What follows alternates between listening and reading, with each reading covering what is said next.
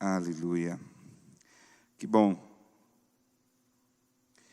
Quem não esteve aqui na sexta-noite, por favor? Quem não esteve? Ok. Normalmente a gente resume o que compartilhou na sexta-noite.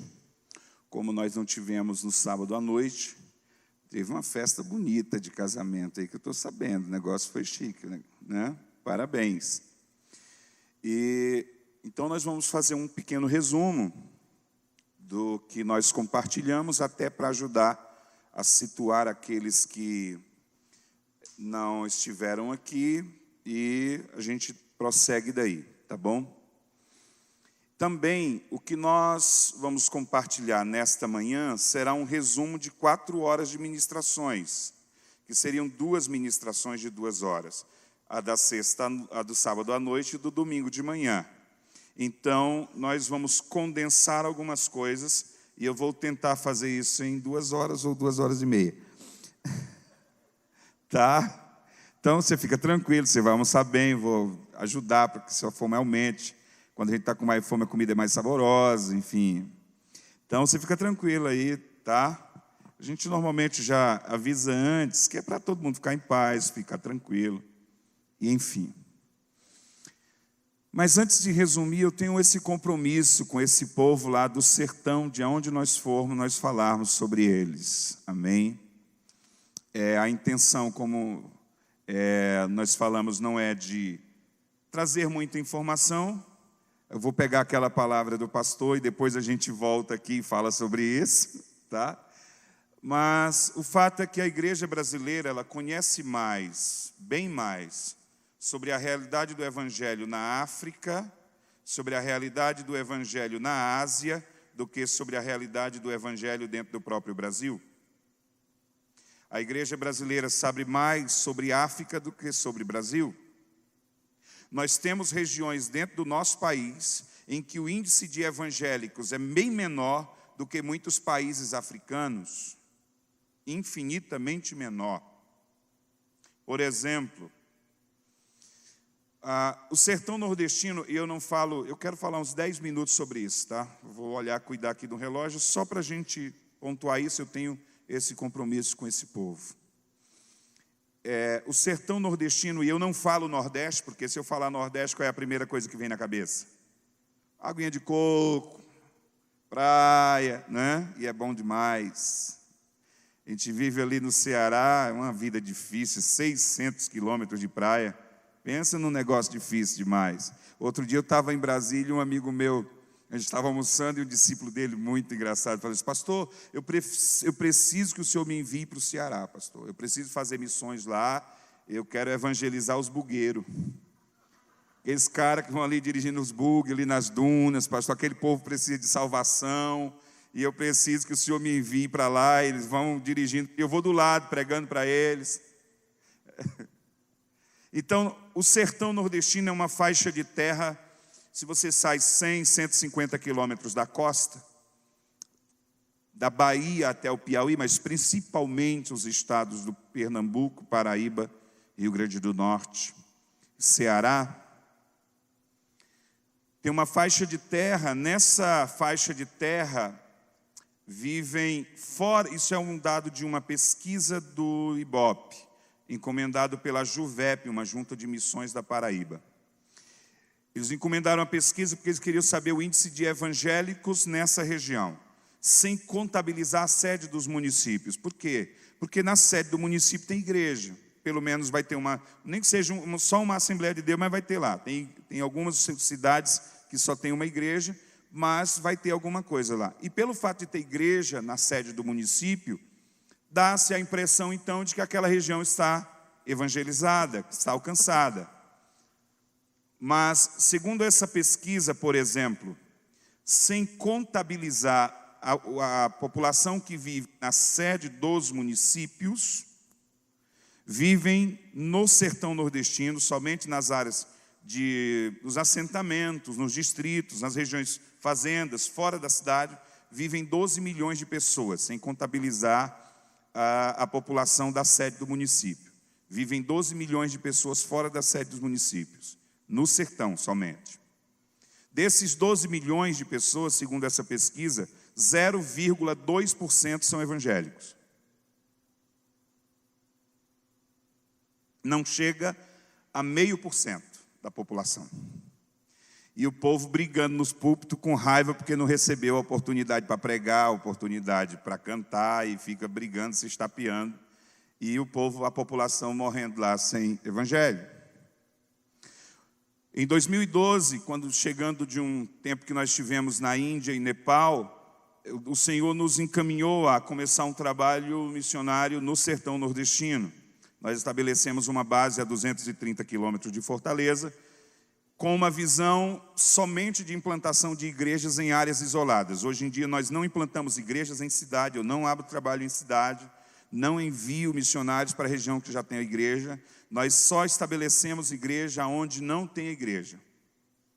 Estabelecemos uma base a 60 quilômetros da sede do município de Santa Quitéria, bem no centro do Ceará, no coração do sertão, na parte mais seca do sertão, e a base fica numa comunidade a 60 quilômetros da sede do município. A gente roda 200 quilômetros no asfalto, mais 30 quilômetros em estrada de terra para chegar na base missionária. E a partir de lá, no começo nós enviamos missionários nossos de Fortaleza e começamos a evangelização naquelas regiões, naquelas áreas sem igreja.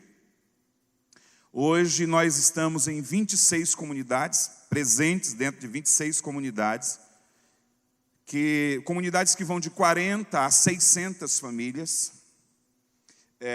e dessas 26 comunidades que hoje nós trabalhamos, 15 delas nunca tinham tido um culto, nunca tinha tido um evangelismo, nunca tinha tido um crente pregando. Nós estamos falando de 2012 para cá, e essa é a realidade ainda de muitas comunidades do sertão nordestino. Dessas 26, 15, nós fomos as primeiras pessoas que chegaram ali realizando evangelismo e fazendo culto. Nós temos hoje 2 casais de missionários em tempo integral. Eles têm mais fé do que eu, eles vivem literalmente pela fé, assim como nós. E esses 2 casais que hoje lideram o trabalho na base missionária são frutos daquele povo ali do sertão. Nossa visão é ganhar o nativo, treiná-lo, discipulá-lo, capacitá-lo para que eles possam, dar continuidade no trabalho, e eles é quem estão reproduzindo e formando líderes lá, e nós temos muita gente boa que Deus tem levantado ali, para a glória de Deus.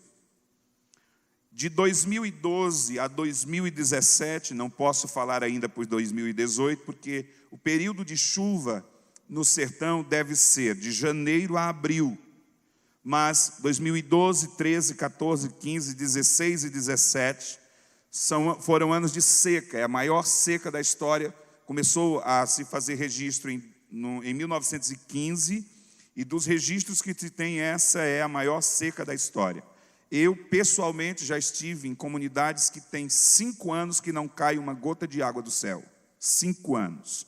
Não é que não dá nenhum sereno, não cai uma gota de água do céu há 5 anos. Dos 184 municípios do estado do Ceará, mais de 150 ainda estão em estado de emergência por falta de água desde 2012 e são abastecidos por carros-pipas. Na comunidade que nós temos a base missionária, desde 2013, os carros-pipas que abastecem aquelas comunidades da região trazem água de 187 quilômetros de distância, porque não há nenhuma represa com água neste raio de 187 quilômetros. Eu bebi água lá com gosto de combustível, porque dá mais dinheiro transportar água do que transportar combustível, e houve um período, principalmente 2013, 14, 15, em que o pessoal estava transportando o combustível, nem trocava o tanque, e com aquele mesmo tanque transportava água. Eu estou falando do que eu vi e vivenciei lá. A água que chega é verde com uma cor dessas folhas aqui da imagem, em muitas comunidades, e essa é a água que eles têm para ferver e beber. Então, junto com o trabalho de implantação de igrejas, nós começamos em 2013, por uma direção de Deus, sem recursos, A realidade de evangelho, de igreja evangélica, no Ceará é completamente diferente da realidade de igreja, falando financeiramente, no Sudeste, por exemplo, é completamente diferente. Mas, diante daquele desafio, um dia eu estou voltando lá da base, eram 5 da manhã, eu encontro um homem, eu estava no carro, eu encontro um homem, um jumento, uma cangalha e um que eles chamam lá de caneca, em outras regiões dá-se outro nome. Eles fazem de madeira, como um tonel, são 4 que eles conseguem colocar sobre um animal para ir buscar água. E eu parei o carro e perguntei, porque eu conheço a região, não tinha comunidade ali perto. Eu perguntei de onde ele estava vindo, e de onde ele estava vindo eram 8 quilômetros, ele já tinha caminhado 8 quilômetros. E eu perguntei para onde ele estava indo para buscar água. E aonde ele estava indo, ele ia andar mais 8 quilômetros. Então, era 16 mais 16 para voltar, 32 quilômetros a pé para ir buscar água. Eu me tranquei no carro ali e morri de chorar. Fiquei ali, quando eu cheguei em Fortaleza, cheguei bravo, cheguei maluco da cabeça. Eu digo, nós vamos doar poço lá no sertão. E a minha esposa, mas como? Eu digo, não sei como, mas nós vamos fazer. E eu já comecei a dizer para o povo que nós ia doar lá, o povo da igreja, não para o povo do sertão. Lá você não pode prometer nada não, chega e faça. Mas não prometa nada, porque se você prometer algo e não cumprir, mesmo que depois você faça, você não tem valor algum, você é uma pessoa sem palavra. Só fale o que você vai literalmente fazer. Não importa quanto dinheiro você tem, o importa é a palavra que você tem lá. Seu dinheiro não tem valor algum, é sua palavra que vale. Então, nós começamos a doar esses poços. Hoje, pela misericórdia de Deus, com a graça dEle, nós conseguimos doar 6 poços até agora. São 1.500 famílias assistidas diariamente por esses poços, o que resolve definitivamente o problema da falta de água para eles, mas não somente para eles. Eu acho que eles são mais gratos pela água para os animais beberem do que para eles mesmo, né? Mas eu creio que Deus tem obras maiores ainda a fazer. E quando nós começamos a doar os poços, aí as portas se abriram. Até então a gente ia evangelizar. Aqui eu não vi catolicismo. Eu não vejo catolicismo aqui, eu não vi catolicismo aqui. Lá o negócio é diferente. Lá, se você confessa Cristo hoje, amanhã cedo, a sua família inteira está na sua porta, os seus amigos vêm na sua porta, proibir de você ir para a igreja dos crentes, vai ter comerciante que não te vende mais, porque tu é crente. Eu tive casos em que o filho do missionário nosso foi expulso da escola. Quando souberam que ele era um pastor, expulsaram na escola particular. Ah, pastor, mas isso é crime. Lá não quer saber disso não, meu irmão. Pode botar na cadeia, não estão nem aí não. Pode, vai lá denunciar. Eles expulsaram o filho do meu missionário da escola, porque quando souberam que o pai dele era um pastor. E foi expulso da escola, ele teve que ir para a escola pública. A escola particular não aceitou não. Mas com os poços nós caímos na graça do povo. E hoje eles saem, assim, os nossos missionários, eles saem. Na segunda é livre para eles. Terça, eles vão para as comunidades, eles vão de moto. Reúne 3, 4 comunidades em um local. Os cultos são a céu aberto, ou nas casas, ou debaixo de árvores, ou em prédio de escola, o que a gente encontrar. E terça, quarta é na base, quinta, sexta e sábado eles saem. No domingo a gente tem lá um carro de alta performance, uma F4084, queixo duro, um pau de arara, um banco de madeira que a gente põe na carroceria. E esse carro é o que a gente sai, eles saem 25, 27, 30 quilômetros para uma região. Hoje eu precisaria de 4 lá, porque eu estou cobrindo um final de semana cada região, porque não dá para, é muito distante. Nós fizemos um raio de 60 quilômetros em todas as direções, então não dá para a F4000 fazer uma rota só. Então eles saem um final de semana para um lado, outro final de semana para outro, mas hoje nós temos mais 5 comunidades onde a gente reúne o povo durante a semana, onde eles têm os cultos e Deus tem feito maravilhas. Na base missionária em janeiro, nós temos uma escola de missões teórica e prática. Deus tem feito maravilhas. Isso aqui eu não posso contar, estou resumindo, só dando informações, porque cada uma dessas coisas tem uma história linda por trás. Dessa base em si é uma história tremenda, de quando um dia eu estava indo num carro e Deus, primeiro Ele me mandou vir de Fortaleza e ir para o sertão, que Ele queria falar comigo. Eu fiquei andando, feito um maluco nas estradas de terra, paro num lugar, eu vou passando aqui e Ele fala assim, olhe para a direita. Eu estou dirigindo, quando eu olhei Ele disse, eu quero que aqui você estabeleça uma base missionária. É literalmente aonde nós estamos hoje, mas isso tem uma história por trás e não dá para contar agora. Nessa base missionária, nós temos uma escola de missões, em janeiro. Começa numa quarta-feira, termina numa quarta-feira. Os 2 primeiros dias interno, ministrações, 2 ministrações pela manhã, 2 à tarde e 1 à noite, nos 2 primeiros dias, para conhecer a cultura do povo. Por exemplo, quem aqui tem cachorro? Quem gosta de seu cachorro? Você teria coragem de matar seu cachorro? E se for preciso? Pastor, que maldade. Não. Lá é o seguinte, você tem um cachorro, seu cachorro mata uma cabra ou uma ovelha do vizinho, a sua obrigação é de matar seu cachorro. E não há crueldade nisso lá. Nenhuma crueldade. Se você não matar seu cachorro, o dono da ovelha que morreu, ou da cabra que morreu, ele pode vir na sua casa, na sua presença, matar seu cachorro e você não pode dizer nada. Porém, você vai ficar desmoralizado perante a comunidade.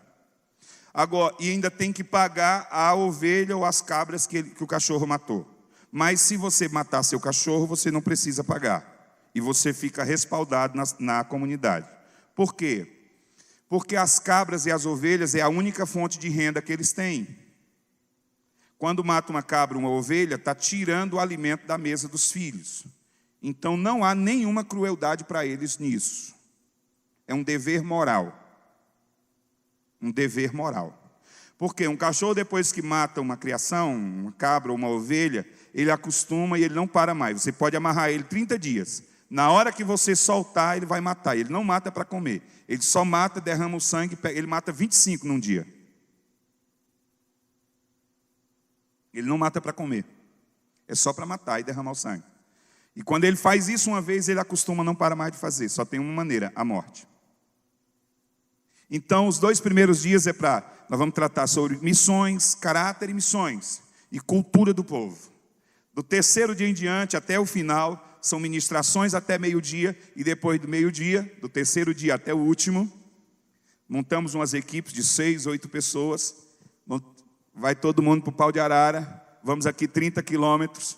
E aí cobrimos ali 4, 5 comunidades, casa em casa, num solzinho tranquilo, ameno, suave. Você vai andar 5, 6, 8 quilômetros por dia, e evangelizando de casa em casa, convergindo para um ponto onde naquela noite terá um culto, e assim seguiremos fazendo evangelismo e culto de casa em casa, e culto em cada região, do 3º até o último dia. É uma experiência para a vida toda, isso eu te asseguro. Vale muito a pena. É algo extraordinário. Em outra oportunidade, trataremos sobre isso.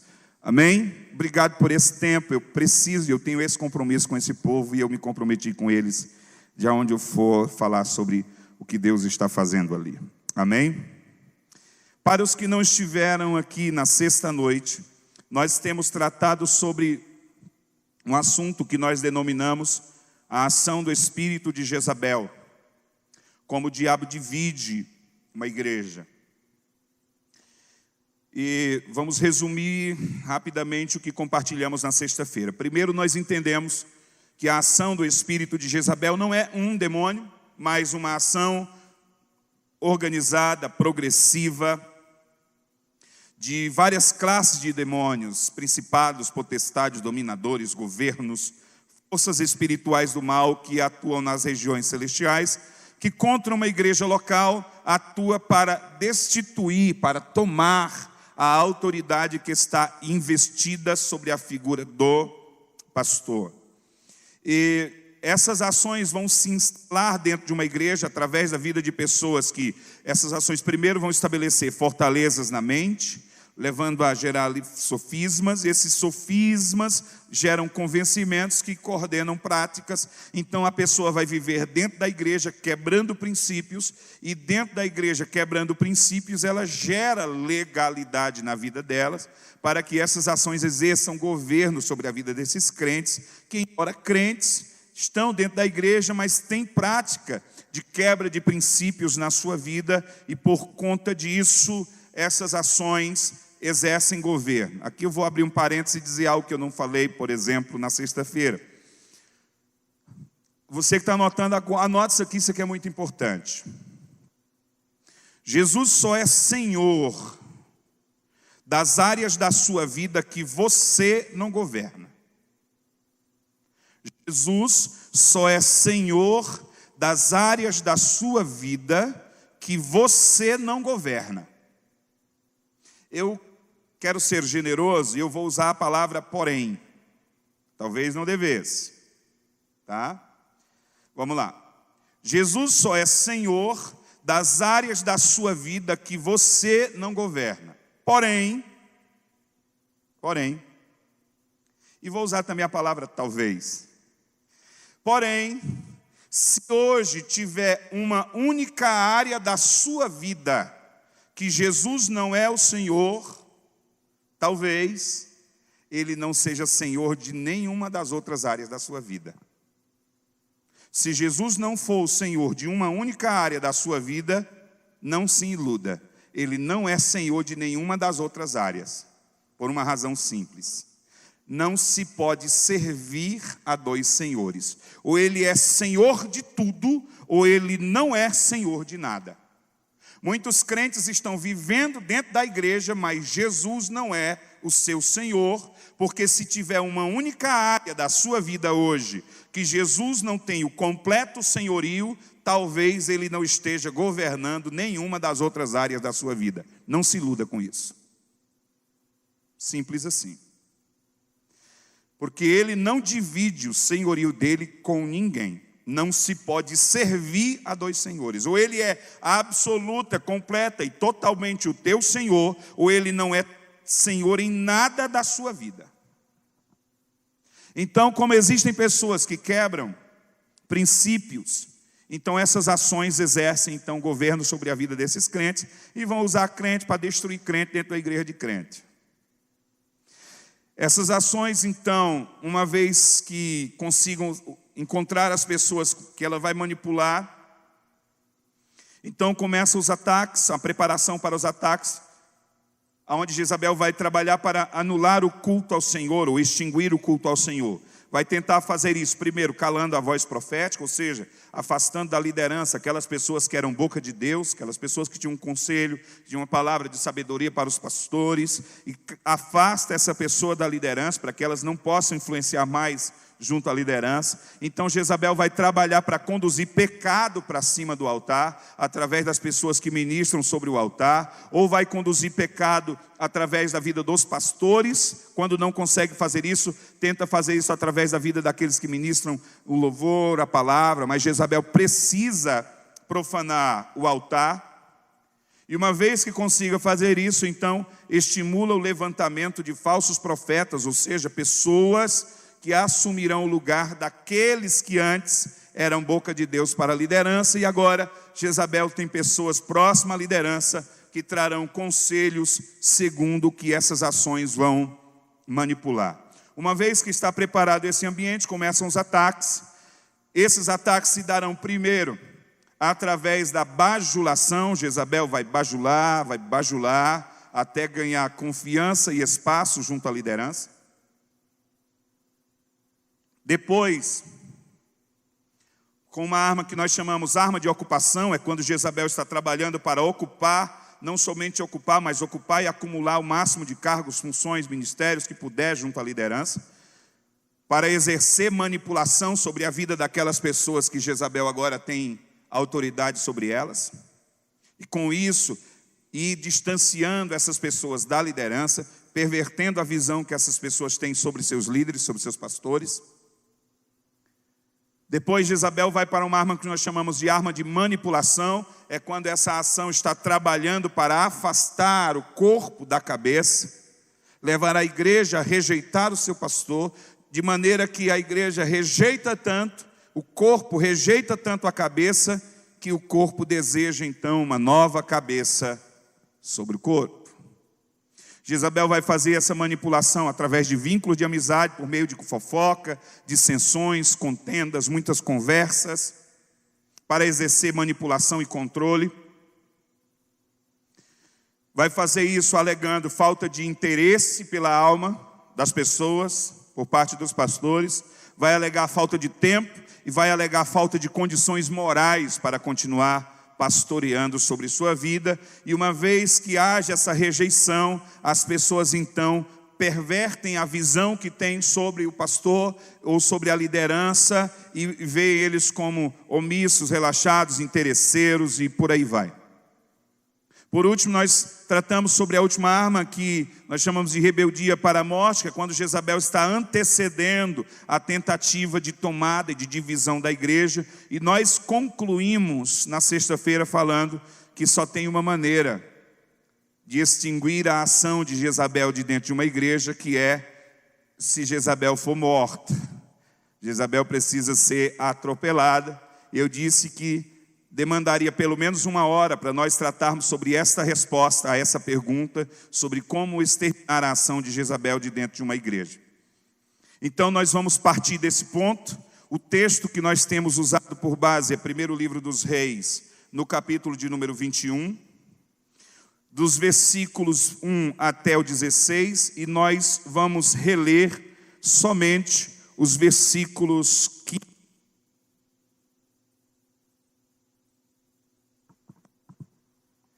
Os versículos 15 e 16, tá? Deixa sua Bíblia aberta aí, em 1º livro dos Reis, capítulo 21, versículos 15 e 16. Você que está anotando para hoje pela manhã, nesta primeira parte, e eu quero fazer isso em 2 partes. Nessa primeira parte, você anote assim: a ação do espírito de Acabe.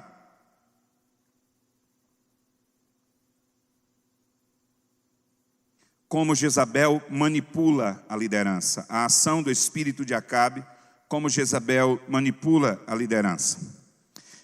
Vou ler os versículos 15 e 16, está escrito: quando Jezabel foi informada que Nabote havia sido apedrejado e tinha morrido, exortou a Acabe: levanta-te, homem, toma posse da vinha de Nabote, o jezreelita, a qual ele recusou te entregar, porque Nabote já não vive, mas está morto. Assim que Acabe ouviu que Nabote estava morto, levantou-se e dirigiu-se até a plantação de uvas e tomou posse dela. Amém? De agora em diante, novamente, as citações que nós fizermos de texto, eu gostaria que simplesmente você anotasse quando fizermos, e nem precisa você folhear a Bíblia simplesmente por uma questão de manter a atenção. Amém? Havendo a necessidade da leitura de um texto, eu mesmo faço. Eu creio, irmãos, que Deus tira um povo do meio de um povo. É bíblico. Deus pode tirar uma única pessoa e dali dá crescimento do reino. É bíblico. Agora, todas as vezes que Deus faz isso, sempre gera vida e nunca morte. Nunca morte espiritual. Gera vida. Amém? Então eu creio que é bíblico Deus tirar um povo do meio de um povo. Às vezes tirar pessoas para dali dar crescimento do reino, isso é bíblico. Se estamos aqui hoje é porque pessoas sofreram para pregar o evangelho na nossa nação antes de nós. Nós somos frutos desse trabalho, do sangue, sementeira de muitos crentes que vieram antes de nós para produzir o fruto que hoje somos. Amém? Dito isso, algumas pessoas que serão usadas, ou na grande maioria, as pessoas que serão usadas pela ação do espírito de Jezabel, ou que vão liderar essas ações dentro de uma igreja, são pessoas que vêm de outros ministérios. Eu não estou dizendo que todo mundo que vem de outra igreja é usado por Jezabel. Deus pode tirar alguém e levar para um outro lugar. A nossa vida é dele. Agora, pastor, como é que eu posso saber se alguém chega e... Pode ser Jezabel. Sempre que chegar falando muito mal dos antigos pastores, chuta que é laço. Simples assim. Ah, pastor, mas se o pastor lá está errado. Eu não disse que se estava certo ou está errado. Eu falei que sempre que chegar falando mal dos antigos pastores, pode chutar que é laço. Se você está aqui hoje, você já pertencia a um outro ministério, você já teve um pastor sobre sua cabeça. Deus te trouxe a esse lugar para você servi-lo. Você está servindo e frutificando no reino, tem sido amado e está servindo com amor a Deus aqui. Amém, glória a Deus. Mas se você não saiu resolvido de onde você saiu, não importa sobre quem está certo ou sobre quem está errado. Pede a ajuda do teu pastor, se for preciso, e é o que eu aconselho que você faça. E vá até seu antigo pastor e resolva o que você não resolveu quando saiu. Mas não deixe nada pendente. Se você saiu e não pediu a bênção, se você saiu e não pediu para ele te liberar, se você não resolveu o que precisava ter resolvido, não deixe essa questão pendente. E só o fato de eu falar isso, se te incomodar de alguma maneira, é prova de que eu estou certo. Resolva. Se você olhar para Atos dos Apóstolos, o apóstolo Paulo, o santo apóstolo Paulo, em momento algum, você vê ele saindo de uma cidade, numa igreja que ele mesmo estabeleceu, sem ele se ajoelhar e os presbíteros da igreja orar por ele, liberando ele para ir para uma outra cidade, para uma outra região. O próprio apóstolo Paulo. Você não vai encontrar em momento algum, sem que os presbíteros olhem por ele, liberem ele, para ele ir. Eu lhe disse que esse silêncio para mim é avivamento, ele já chegou. Eu já posso ouvir a madeira seca queimando, chega a estar estalando, sabe? Tá legal o negócio. Vai ser interessante hoje de manhã.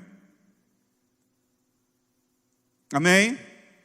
Então, normalmente as pessoas que liderarão as ações virão de outras igrejas. Um dos sinais que você terá é que serão pessoas que vão chegar falando muito mal dos seus antigos pastores. Como nós falamos na sexta-feira, são pessoas talentosas, são pessoas muito habilitadas, são pessoas capacitadas, cheias de carisma, têm talento mesmo. Só tem um problema, são rebeldes até o talo.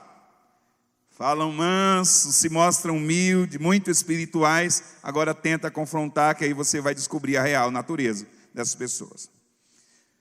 Sobre essa questão de talento, Deus me deu uma palavra que acabou resultando também numa conferência de 3 dias, quando nós falamos sobre um assunto bem interessante.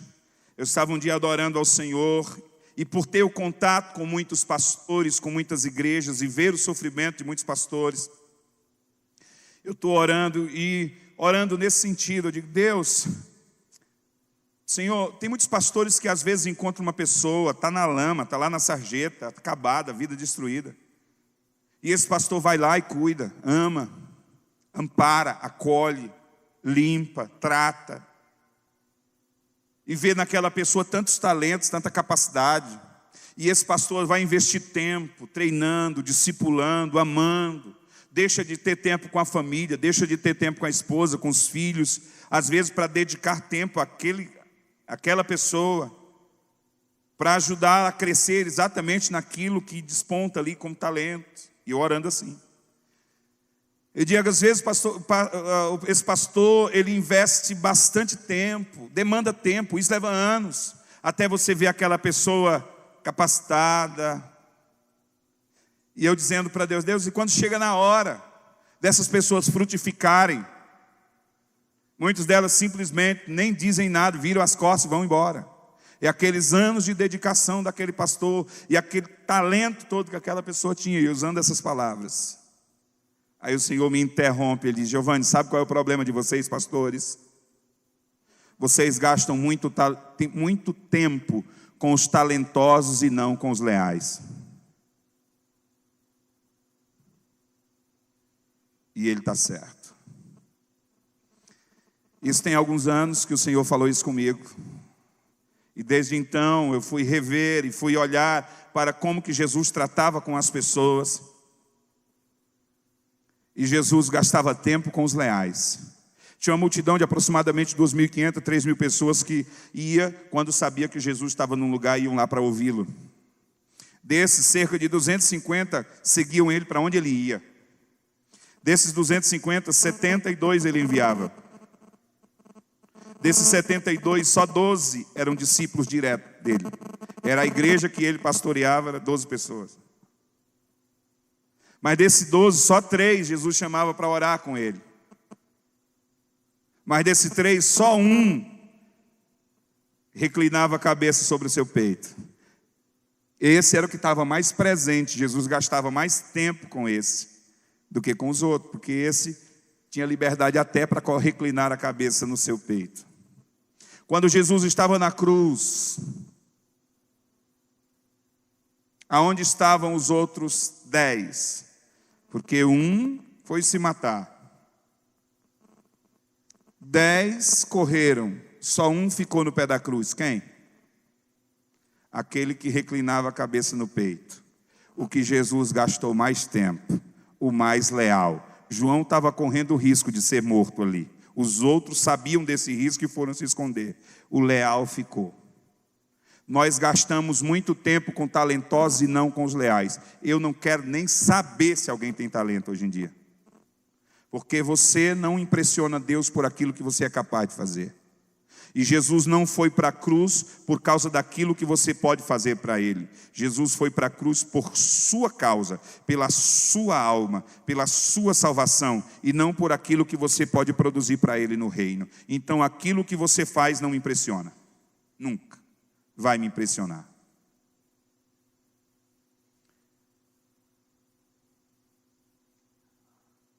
A ação do Espírito cabe é uma ação paralela e simultânea a tudo aquilo que nós compartilhamos na sexta-feira à noite. Enquanto todas aquelas coisas estão acontecendo, existe uma outra ação simultânea, que é direcionada unicamente, essa ação ela é unicamente contra a figura do pastor. No peito de quem está o alvo? No peito de quem está o alvo? Todas as ações de Jezabel serão apontadas contra o pastor, porque é sobre ele que está investida a autoridade, e é dele que Jezabel precisa usurpar, tomar, tirar esta autoridade. Então todas as ações serão contra ele. Acabe era o rei. Sendo o rei, pesava sobre ele algumas responsabilidades primárias. Quem lidera tem algumas responsabilidades primárias. Não vou pregar sobre isso, vou só pontuar. Primeira responsabilidade de um líder é a proteção. O líder deve proteger os seus liderados. Essa proteção ela é física e ou intelectual e ou espiritual. Física, intelectual e espiritual. É a primeira responsabilidade de um líder. Acabe era o líder, ele era o rei. Segunda responsabilidade de um líder, direção, o líder que deve apontar o caminho. Outra responsabilidade de um líder, provisão, o líder que deve prover para os seus liderados. Outra responsabilidade de um líder, promoção ou crescimento, o líder que deve promover o crescimento dos seus liderados. Acabe era o rei, ele então chega para Nabote e faz uma proposta. A proposta que ele faz para Nabote é no mínimo indecente. Ele chega para Nabote e diz: olha, me dá a tua vinha, ou se tu quiser eu te dou uma vinha melhor, ou eu pago em dinheiro, ela está bem junto do meu palácio, deixa eu comprar, fazer negócio contigo nessa vinha, para eu transformar ela numa horta, porque está colado no meu palácio. Nabote olha para ele e diz: longe de mim de vender a herança de meus pais. Ele volta para casa desgostoso, se tranca no quarto, faz beicinho. Jezabel vai, não quis comer nada, Jezabel vai lá. O que é que tu tens, que tu está assim tão desgostoso? E ele conta a história, que Nabote não quis vender a vinha para ele. E ela diz: eu vou te dar a vinha de Nabote o jezreelita. tramou a morte de Nabote depois que chegou a notícia, no texto que nós lemos, que Nabote havia morrido. Então ela volta lá e entra lá no quarto e diz para Acabe: Nabote já não vive mais, é morto. Ele levantou-se e foi lá tomar posse da vinha. Ele era o rei. A primeira responsabilidade de um rei é proteger seus súditos, proteger seus liderados. É a primeira responsabilidade de um rei. Nabote foi morto, ele ouve a notícia da morte de Nabote e ele nem pergunta do que Nabote morreu, como morreu, por que morreu. Movido pelo interesse do resultado, e era isso que Acabe queria, resultado. Ele queria era a vinha e pronto. Ele nem perguntou, movido pelo interesse, ele nem perguntou do que Nabote morreu, como morreu ou por que morreu, mas movido pelo interesse de obter aquele resultado, ele simplesmente levantou-se e foi lá tomar posse da vinha. Muitas igrejas, muitos ministérios, muitos pastores têm se movido unicamente pelo interesse do resultado. No peito de quem está o alvo? Eu vou perguntar bastante isso para te lembrar, porque sexta-feira eu te fiz um pedido e eu quero te fazer um agora. Guarde o seu coração, tenha paciência para nos ouvir até o final, porque em alguns momentos que nós vamos compartilhar nesta primeira parte, em alguns momentos, pode parecer que os líderes é que são fracos, que os líderes é que são interesseiros. E eu gostaria que você guardasse o seu coração, para você ter paciência para nos ouvir até o final, porque eu creio que o Espírito Santo irá nos guiar em toda a verdade. Amém?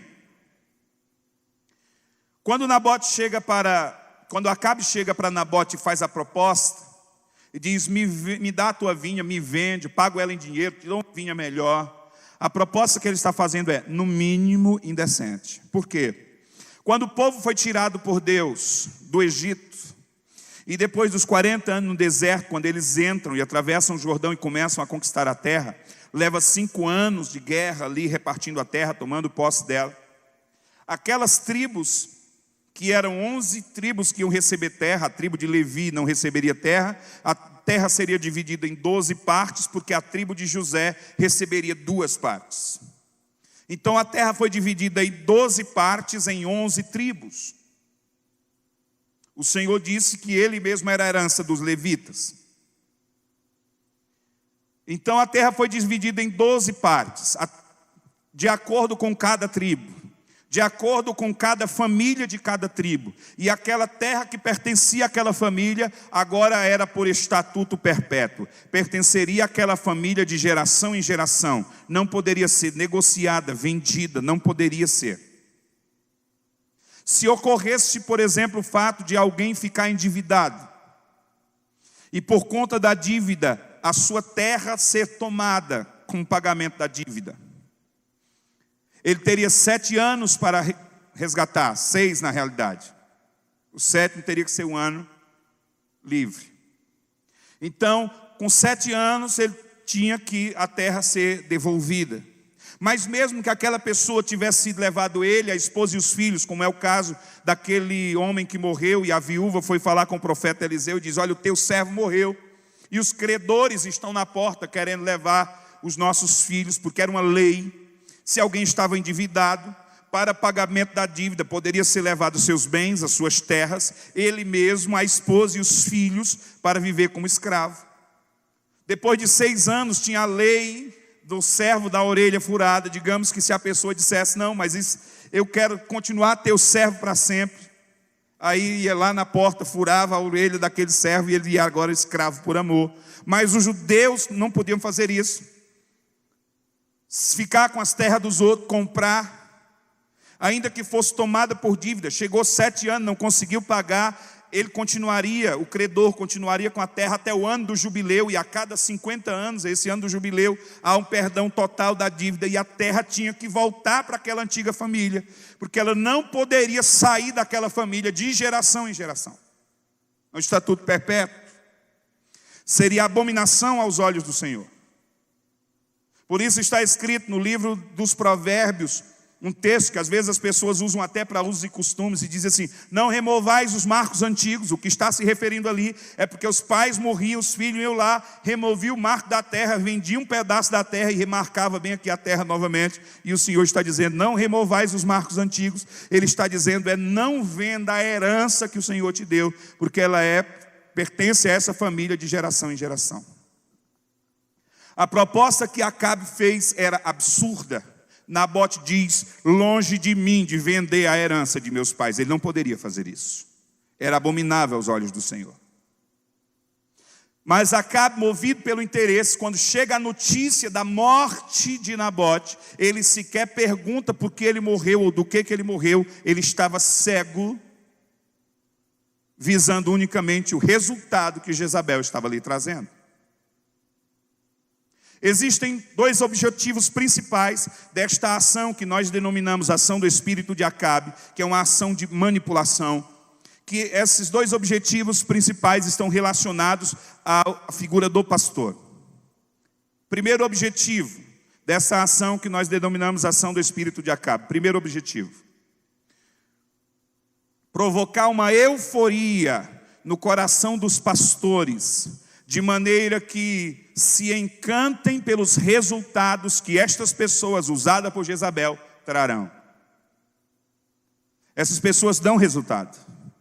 Elas cantam bem, elas pregam bem, elas oram, elas falam bonito, elas são carismáticas, elas trabalham, elas são dedicadas. O problema é a deslealdade e a insubmissão. Esse é o problema. E não precisa outro para matar crente e dividir a igreja. Só esses dois aí já é suficiente. Deslealdade e insubmissão.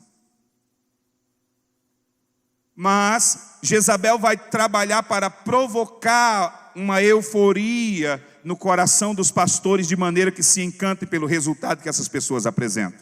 De maneira que às vezes a liderança acaba tolerando a presença daquelas pessoas, apesar das suas falhas, por causa dos resultados que elas apresentam. Várias vezes por ano eu faço isso que eu vou te dizer agora. De domingo, igreja lotada, bênção. O pessoal do louvor está aqui, não estão em pecado, está de boa. Mas do nada, na hora que eles estão na primeira música, eu digo: para, na frente de todo mundo. Desce tudinho do altar, vamos cantar daqui. Ninguém vai tocar hoje, ninguém vai cantar. Nós vamos adorar a Deus sem instrumento. Por quê?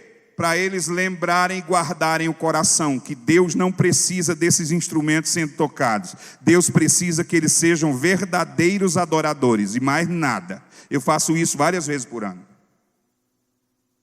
Já fiz isso no meio de uma festa. Festa na igreja. Ninguém vai tocar, desce todo mundo. E falo para a igreja: ó, eles não estão em pecado não, viu? É só para eles lembrar que eles não são nada. Você não diz isso não? Digo, eu também não sou. Ou você acha que você é alguma coisa?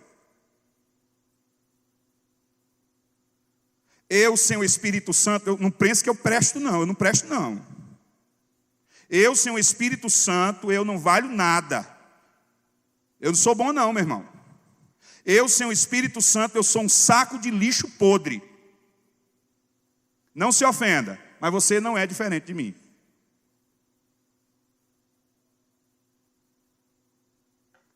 Ah, porque eu sou príncipe e princesa. Verdade.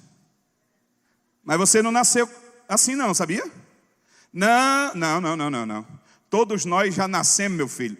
Com exceção lá, enquanto o período da infância, claro que está na inocência. Mas sabe o que é uma certeza? Diga para quem está do seu lado assim: sabe o que é uma certeza que você tinha na vida? O fogo do inferno. Você ia para lá com toda a certeza. Jesus não morreu para te dar um carro novo, não. Ele não morreu para te dar uma casa nova. Jesus morreu para que tu não fosse para o inferno. Foi só por isso, todo o restante é lucro. Se ele não nos negou o seu único filho, não nos daria juntamente com ele todas as outras coisas. Está falando de coisa. Jesus não morreu para te dar nada de coisa. Ele morreu para te salvar. Agora, porque você foi salvo, juntamente com isso ele te deu todas as outras coisas. Não te negará todas as outras coisas, é o que está escrito. É que a gente começa a achar que a gente é assim, essa bolacha do pacote, assim, sabe? A última, aquela, ficou.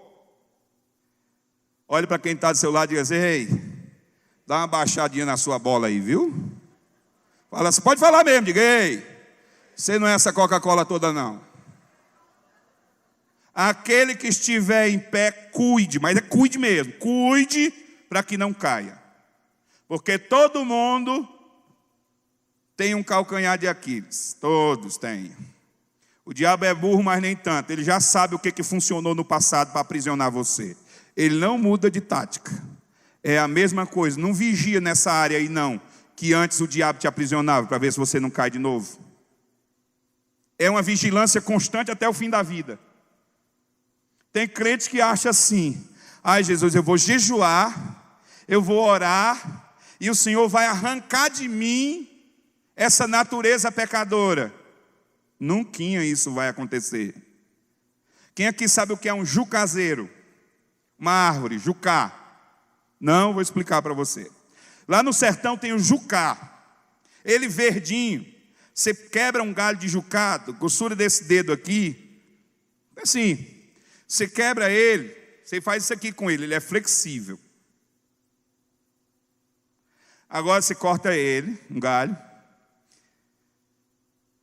pega um fogo, assa ele no fogo, com a casca, passa ele no fogo. Depois você tira essa casca, bata com ferro, mas não bata com jucá não, que o ferro é mais macio. Olhe para quem está do seu lado e fala assim: Deus nunca vai arrancar de você sua natureza pecadora. Fala assim: durma com um pedaço de jucá do lado da sua cama, e a primeira coisa que você tem que fazer quando acordar é dar umas pauladas na sua natureza velha, para ela continuar morta. É você que tem que mortificar a sua carne, o trabalho é seu. Entendeu? Uma vez eu estava pregando na igreja, quando eu terminei essa parte, o pastor chegou e disse: pelo amor de Deus, Japão, tu é doido, cara. Ele disse: porque tu foi lá em cima e tu disse que não vale nada, que tu não é nada. Deus me livre se eu disser isso aqui na igreja, o povo me apedreja, porque eles têm para mim, eles olham para mim e me veem um super crente. Eu digo: e tu é? Ele disse assim: um super homem. Eu digo: tu é? Ele disse: eu pensei que eu era. Eu digo: cara, tu ainda quer ser um homem que veste a cueca por cima da calça? É normal um cara desse? O super-homem? Não, fala sério. O cara veste a cueca por cima da calça. Irmão, não existe supercrente. Vigiai e... o que é para fazer mais e primeiro? Mas se só orar muito e não vigiar, serve nada não. Você tem que vigiar bastante primeiro, aí você vai orar. Mas só orar sem vigiar não serve de nada. Amém? Vamos dizer um amém, um aleluia, para dissipar assim um pouco, né? Dá uma respirada. Aleluia. Aleluia. Então, o primeiro objetivo da ação do espírito de Acabe é provocar uma euforia no coração dos pastores, de maneira que eles se encantem pelo resultado que essas pessoas apresentam. Ficar encantado. Lembra que eu falei na sexta-feira que tem determinados momentos que os pastores vão deixar de lado pessoas mais antigas e leais e vão dar ênfase àquelas pessoas mais talentosas e projetá-las mais. Vocês tenham paciência comigo, que a minha língua está enrolando bastante. Eu fiz uma cirurgia na terça-feira aqui na boca. Eu fico tentando proteger, então tem hora que dá uma enrolada, dói um pouco. Então vocês tenham paciência comigo. Segundo objetivo da ação do espírito de Acabe: provocar no coração dos pastores um medo. Medo de confrontar estas pessoas que são usadas por essa ação, por medo de perder as pessoas que Jezabel está influenciando e manipulando. Então, essa ação é para paralisar os pastores, de maneira que eles não se levantem para confrontar estas pessoas usadas por Jezabel, por medo de perder as pessoas que Jezabel está manipulando dentro da igreja. Então, os dois objetivos principais desta ação é provocar euforia pelo resultado que essas pessoas apresentam e um medo de confrontar essas pessoas por medo de perder as pessoas que Jezabel está manipulando ali. São os dois objetivos principais da ação do espírito de Jezabel. Quando Jeú está indo matar Jezabel, na realidade ele está exterminando a casa de Acabe. Quando Jezabel está num determinado palácio, Jeú está indo para lá e eles mandam emissários até Jeú e perguntam: é de paz a tua vinda? Do jeito que o camarada chegava, Jeú dizia: o que é que tu tem com a paz? Passa para detrás de mim. Foi assim até o último. Tinha um atalaia na torre, e o atalaia na torre disse: olha, o último mensageiro também não voltou. E pelo guiar do carro parece que é Jeú, porque guia furiosamente. Então quando ele vai chegando aonde Jezabel estava, o texto diz que Jezabel foi lá dentro, se pinta, para ver se ainda levava Jeú na conversa. Chega na sacada, estou parafraseando daqui em diante, e depois vou conjecturar, porque eu posso, o texto dá uma abertura ali, então vou conjecturar também. Quando Jezabel está numa sacada, ele pergunta: quem é por mim, quem é pelo Senhor? E tinha 2 eunucos perto dela, e disse: nós. Joga essa mulher daí de cima para cá. E do jeito que jogaram Jezabel, quando ela caiu, Jeú passou por cima com seu carro e com seus cavalos, e ela morreu atropelada em praça pública. Estenda a mão na direção do seu pastor. Diga comigo: pastor, passe por cima, atropele. Jezabel só morre atropelada, e só morre atropelada em praça pública. Todas as vezes que o pastor tentar confrontar essa ação em gabinete, ele sairá de lá como injusto, e Jezabel sairá de lá como vítima de um pastor que está perseguindo alguém, que tem feito tanto por essa igreja. É sempre que vai terminar se o pastor tentar confrontar em gabinete. Jezabel morre em praça pública. Eu posso conjecturar, porque o texto diz que Jeú foi lá dentro, ele estava se alimentando. Eu digo que ele foi lá dentro pedir uma tapioca com carne do sol, queijo coalho e bacon. Lá do centro das tapioqueiras, em Fortaleza. Ela vem enrolada assim com aquela camada de queijo por cima. Parece propaganda do governo do estado, misericórdia. Mas o nosso estado é uma benção, vocês estão convidados para ir lá, amém? Aí depois que ele comeu, ele foi lá fora, o que sobrou? Os cães estavam lambendo o sangue de Jezabel, mais nada. Deixa eu abrir um parênteses aqui. Quem conhece Fortaleza? Quem não conhece Fortaleza? Jesus converte esse povo e salva. Não, eu tenho uma teoria. Eu não achei o versículo bíblico ainda. Mas eu tenho uma teoria de que quem não conhece Fortaleza talvez não entre no céu. Essa é a hora que a esposa, vai lá para a esposa, aproveita. Olha para o marido e diz assim: ei, meu filho, ou meu amor lindo, sei lá como é que você chama, bem. Olha para ele e diz assim: ei. Não, olha, aproveita a chance, estou te dando a chance. Olha para ele e diz assim: ei, eu quero ir para o céu, viu? Me leve em Fortaleza, vai que o pastor está certo. Entendeu? Já me disseram que funciona. Tá? Já me disseram que funciona. Não, eu fiz uma vez isso em Cianorte, no Paraná, quando foi no dia na noite, foi no sábado, quando foi no dia seguinte, aí o pessoal chegou para mim, vi uns 4 casais com as folhas assim na mão, balançando assim na minha direção, eu sem entender. Eles: pastor, fizemos o pacote hoje, vamos para Fortaleza. Eu digo: está vendo como funciona? Mas por que da minha teoria? O céu é um lugar de delícias. Fortaleza é um lugar para você se acostumar com essas coisas. Agora, oh meu Deus, se tiver gente do Piauí aqui, misericórdia. Agora, o inferno, a pessoa faz um estágio em Teresina. Gente, eu passei mês passado em Teresina, 2 da manhã, estava 38 graus, misericórdia. 2 da manhã, 38. Brincadeira, eu amo o povo do Piauí, tem muita gente. Nossa, lá é que é Brasil e Argentina, é Ceará e Piauí, tá? Você aí fica tranquilo. Eles têm praia porque nós demos a eles a praia. Eles não tinham praia. Aí o Ceará deu uma praia para eles. Parnaíba era do Ceará. Assim. Amém? Vamos lá. Como exterminar essa ação? Olhe para cá, por favor. Acabe representa a renúncia, o exercício da autoridade na altura da revelação recebida. E eu fiz, hã? E ele repetiu e repetiu. E eu gostaria que você anotasse isso. Isso é muito importante para a compreensão do que vamos falar e entender sobre como exterminar a ação.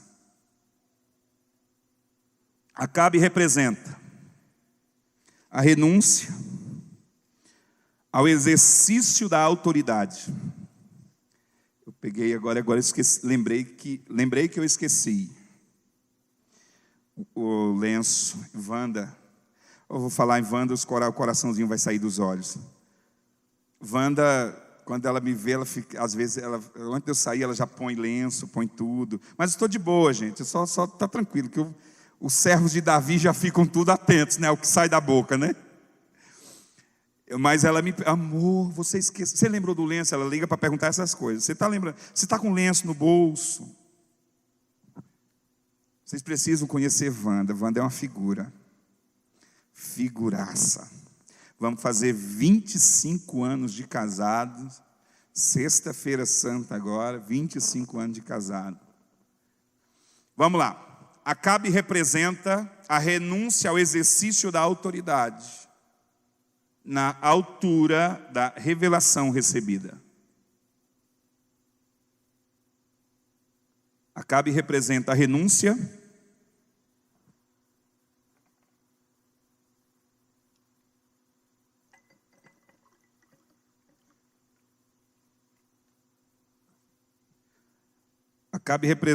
obrigado, querido, a renúncia ao exercício da autoridade na altura da revelação recebida.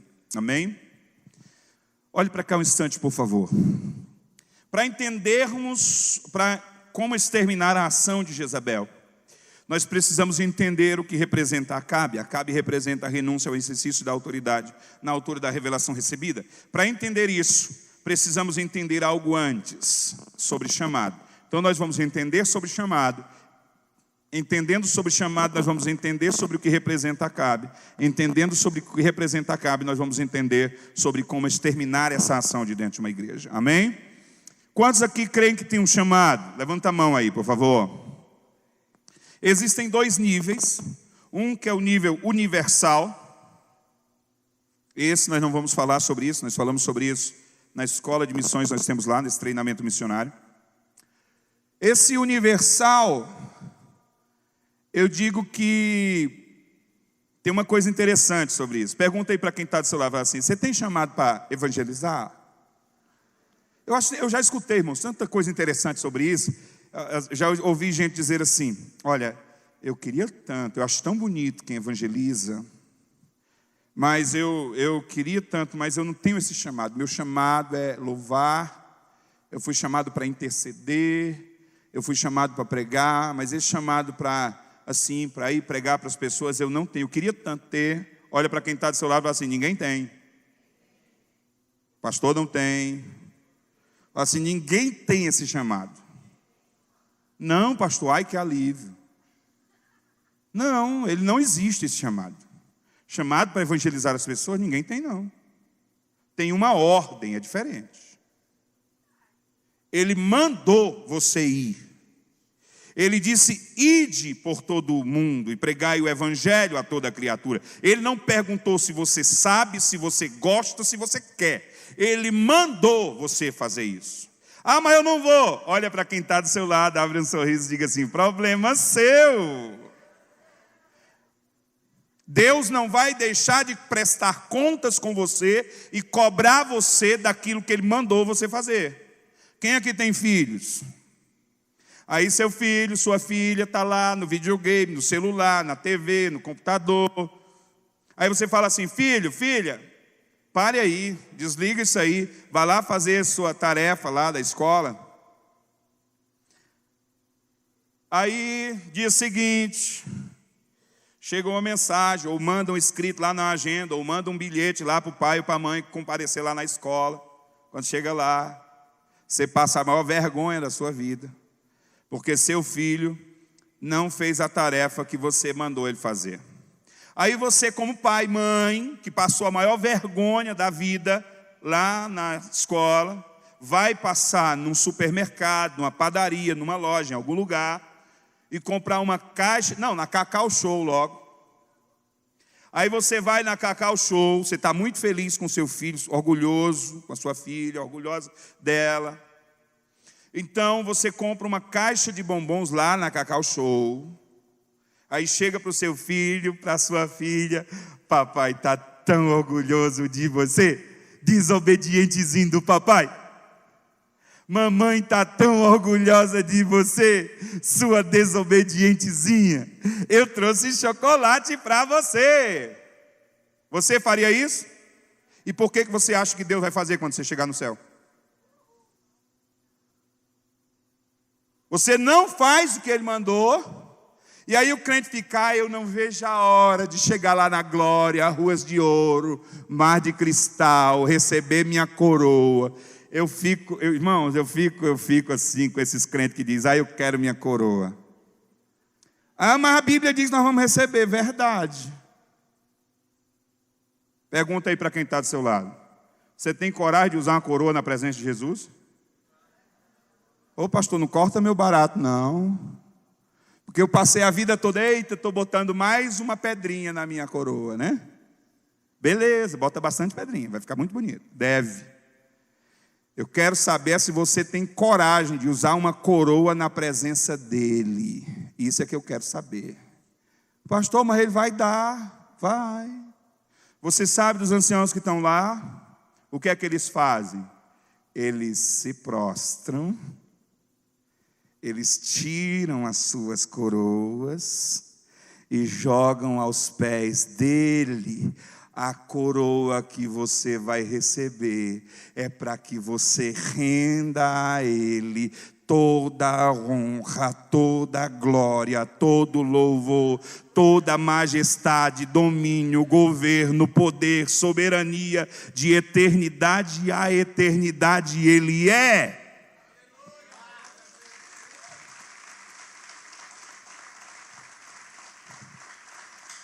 Pastor, eu pensei que era para eu usar.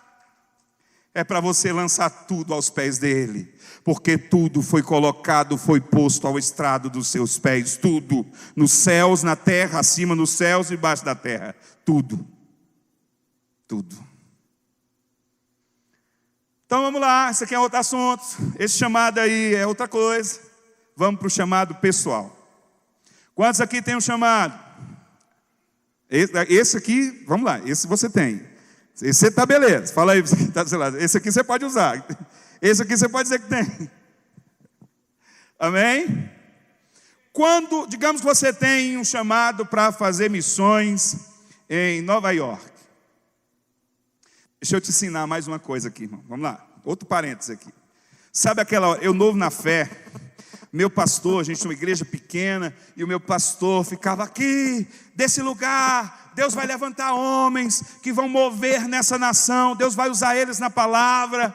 E eu dava um salto da cadeira. Se alguém queria agarrar aquela palavra, tudo bem, junto comigo. Eu sei que eu dava um salto da cadeira, eu digo: amém, sou eu. Tomava posse. Essa é a hora que você está, ó. Às vezes ele estava lá: Deus vai usar pessoas aqui que vão orar, paralíticos vão andar, cegos vão ver, mortos vão ressuscitar. Eu dava salto da cadeira e dizia: amém, sou eu recebo. Às vezes ele estava pregando e dizia: olha, tem pessoas aqui que serão usadas, vão cantar, quando estiver cantando, as pessoas vão se converter, demônios vão sair. Eu digo: sou eu. Algumas coisas funcionam, né? Vamos pular essa parte. Então vamos lá, essa é a hora que você está, ó. Quantos aqui tem um chamado? Você pode dizer amém? De repente você tem um chamado para fazer missões em Bangladesh. Você esperava Nova York de novo, não é bonito? Eu estou vendo pelo sorriso, estava esperando Nova York, Londres, Paris. Quando nasceu o teu chamado? Não foi no dia que você confessou a Cristo. Por quê? Deus não é Deus de improviso. Já pensou? Você confessou a Cristo aqui, aí Deus olha: vixe, ainda é cearense.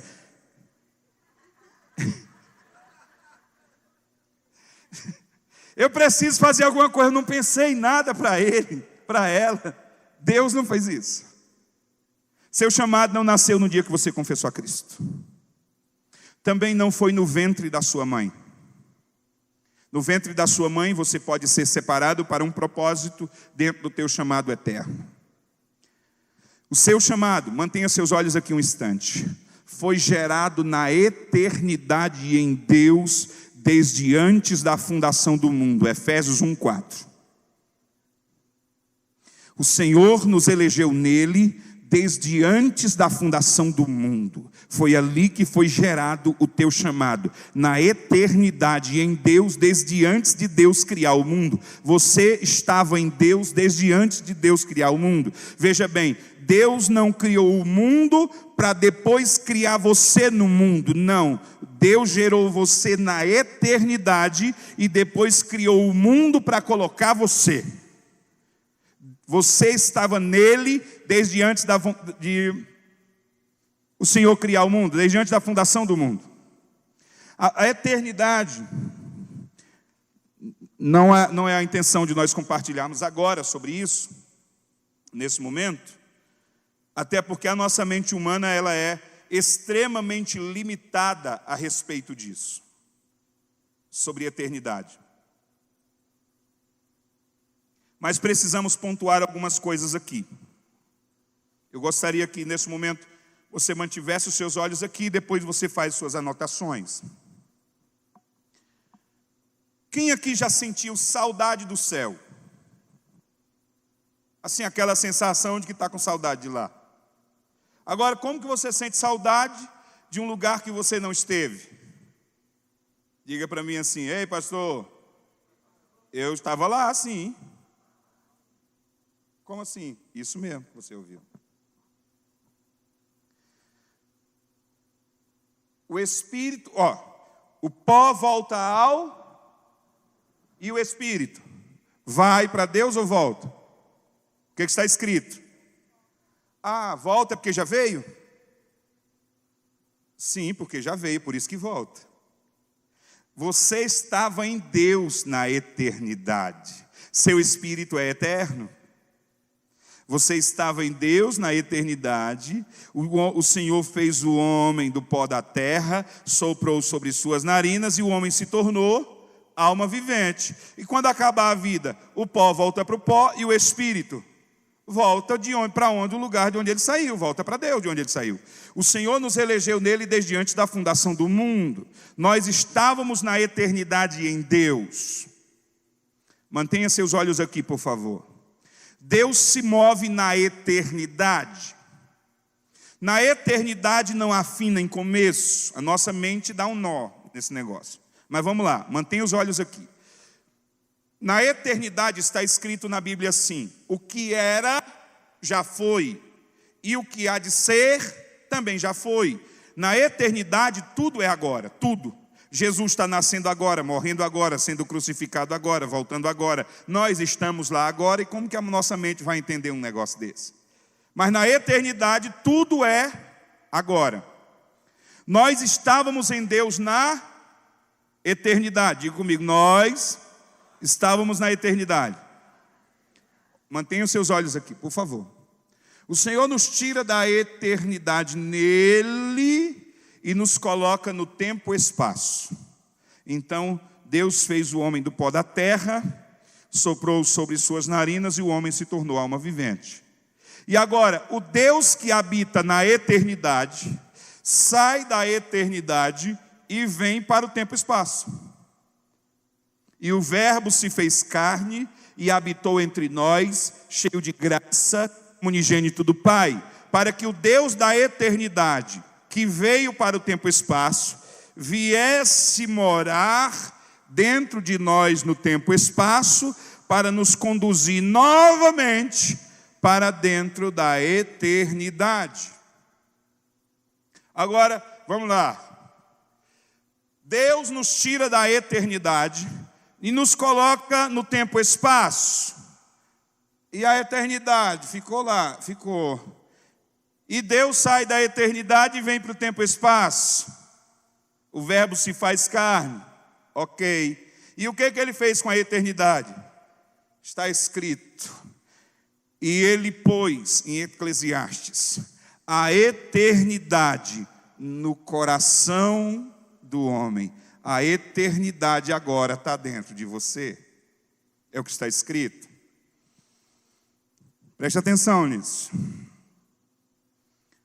Às vezes eu ouço crentes dizendo assim, eu não vejo a hora que Jesus vem nos buscar.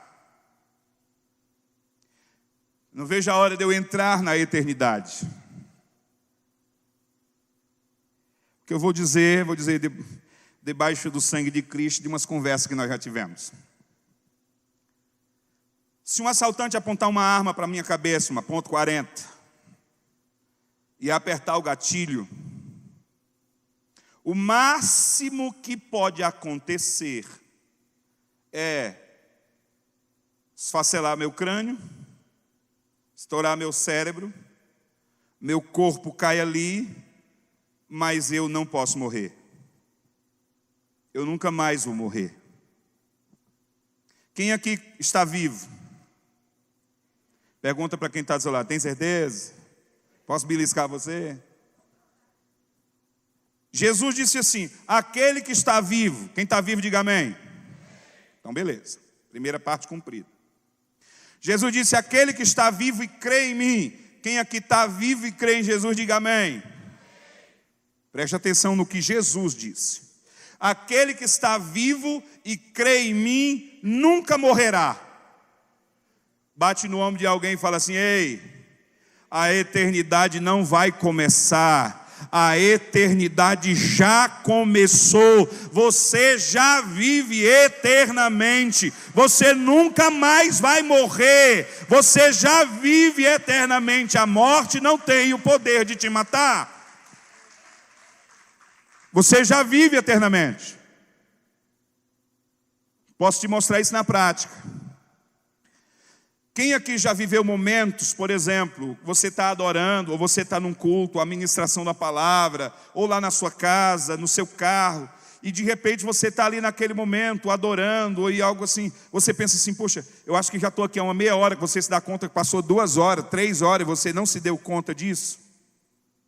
Ou você está aqui orando, dando aquela chapada mesmo no coco, e você diz assim, puxa, eu tenho que levantar daqui, quando olha, passou 3, 4 horas, você nem viu. Por que isso acontece? Olhe para cá, por favor. Quando você dá um passo para dentro da eternidade, a primeira coisa que vai desaparecer é a noção de tempo, espaço. Aqui, agora. A eternidade já começou para aqueles que estão em Cristo. Já começou. Então vamos lá. Quando o Senhor gerou lá na eternidade o teu chamado nele, quando Ele gerou você nele, lá na eternidade, eu quero citar 3 coisas principais. Estamos na compreensão, chamado para entender o que representa Acabe, para entender sobre como exterminar Jezabel. Então vamos lá. 3 coisas, a primeira delas, quando Deus gerou o teu chamado, Deus gerou a visão do teu chamado. Grosso modo, seria o que você vai fazer no teu chamado pessoal e como. Digamos que você tem um chamado para trabalhar com crianças, um exemplo. Você tem vontade no seu coração, mas você não sabe como fazer. Só que desde a eternidade está tudo lá. Hoje nós temos 2 formas de aprender algo. Uma, compartilhamento e repetição. É a forma humana, a didática.